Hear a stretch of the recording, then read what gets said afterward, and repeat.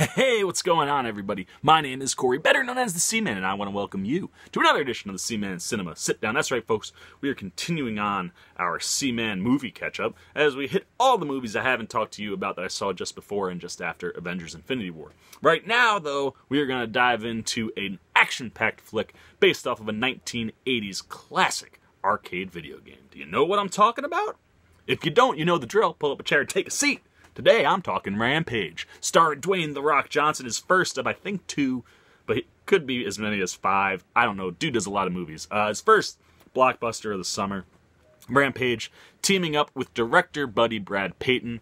Those not familiar, Peyton directed the Journey to the Center of the Earth, Brendan Fraser's film, directed the sequel, Journey 2, which starred The Rock instead of Brendan Fraser.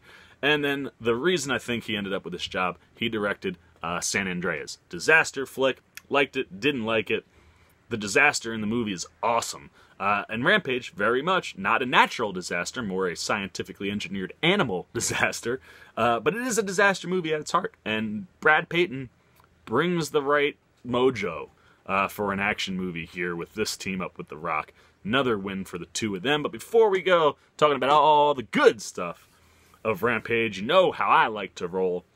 And that's by starting with the bad. But before we get there, for those unaware or unfamiliar with Rampage, just as a setup, it's based on 3 human characters that are genetically altered into massive animals that destroy cities. That's the whole game, folks. And the movie, not much different, only it's just animals. Canisters fall from a space station. Complicated nonsense that we won't talk about. But the gas that emits turns 3 animals into these giant rage monsters, and thus the plot of our movie. So let's jump into the bad. We're gonna try a 5-minute mild spoiler review. Couple things that I'll touch on, but it won't spoil the movie. I promise. 5 minutes on the clock. First up, bad for me.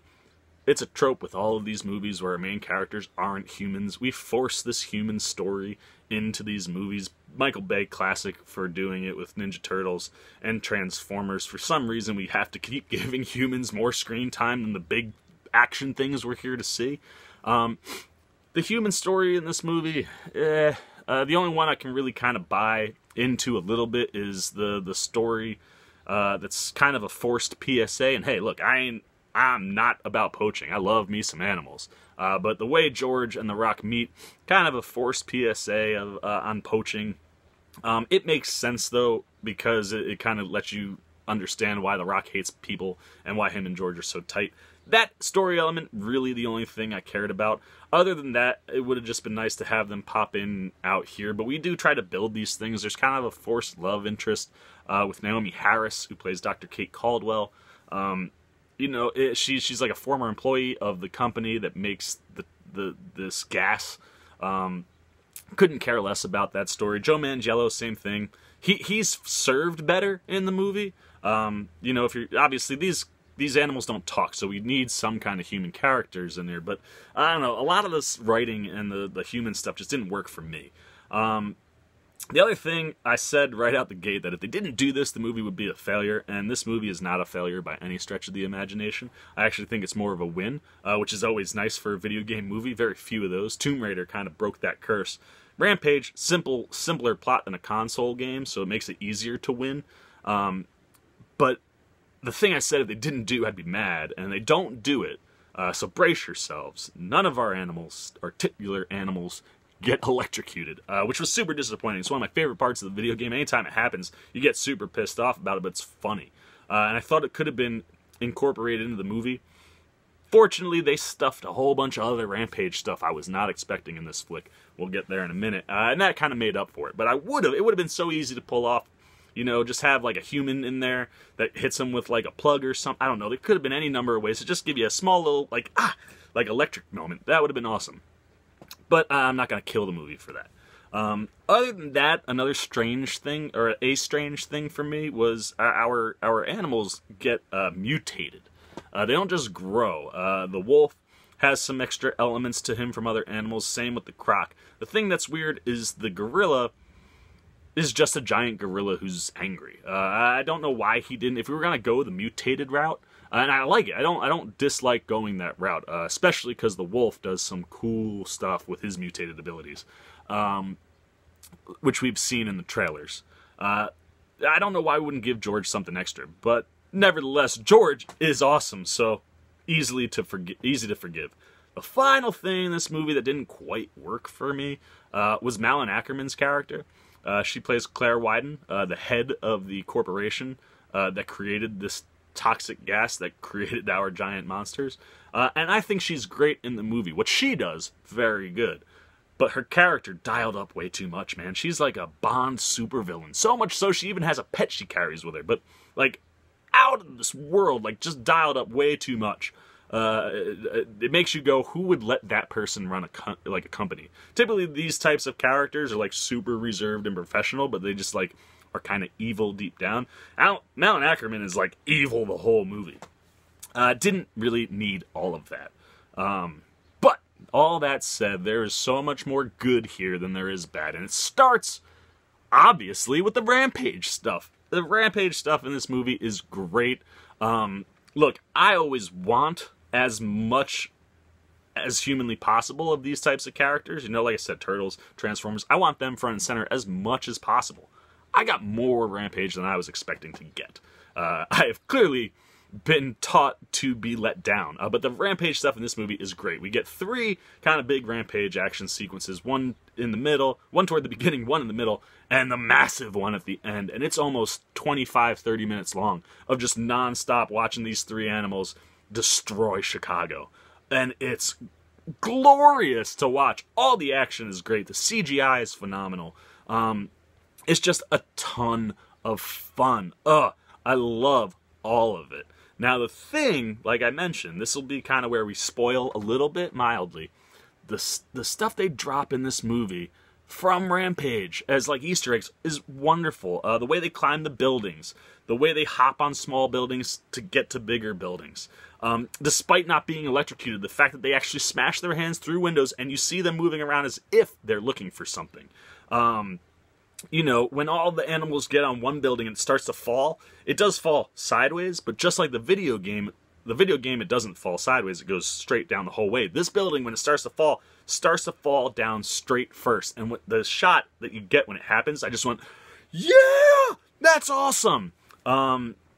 There's a female character in a red dress that gets handled exactly how you handle them in the video game. Wonderful little thing that happened. I was just like, no, they went, oh wow.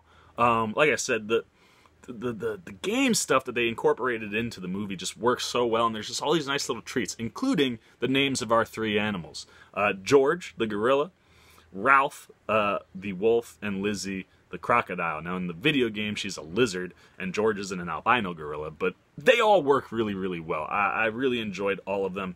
I liked that they were powered up, even though George isn't. The power-ups really cool, and Ralph cool enough to add some stuff for Lizzie. On top of that, though, like I said, very few of these human characters hit for me. You know, Joe Manganiello, he's in it a very little amount, which is good, so I didn't mind him too much. But the one guy that I love in this movie, besides our lead, is Jeffrey Dean Morgan. He's so cool. Oh, man, every time he steps on set, man, and you have The Rock on screen, he just makes you go, yeah, that guy's so much cooler than The Rock. Not easy to do. Jeffrey Dean Morgan, man, he got swagger. He's awesome. The way he delivers his lines every time he pops up, just the right amount of Jeffrey Dean Morgan in this movie, and it's perfect. And then, of course, The Rock. Look, you can't not be pumped for Rock stuff in a Rock movie.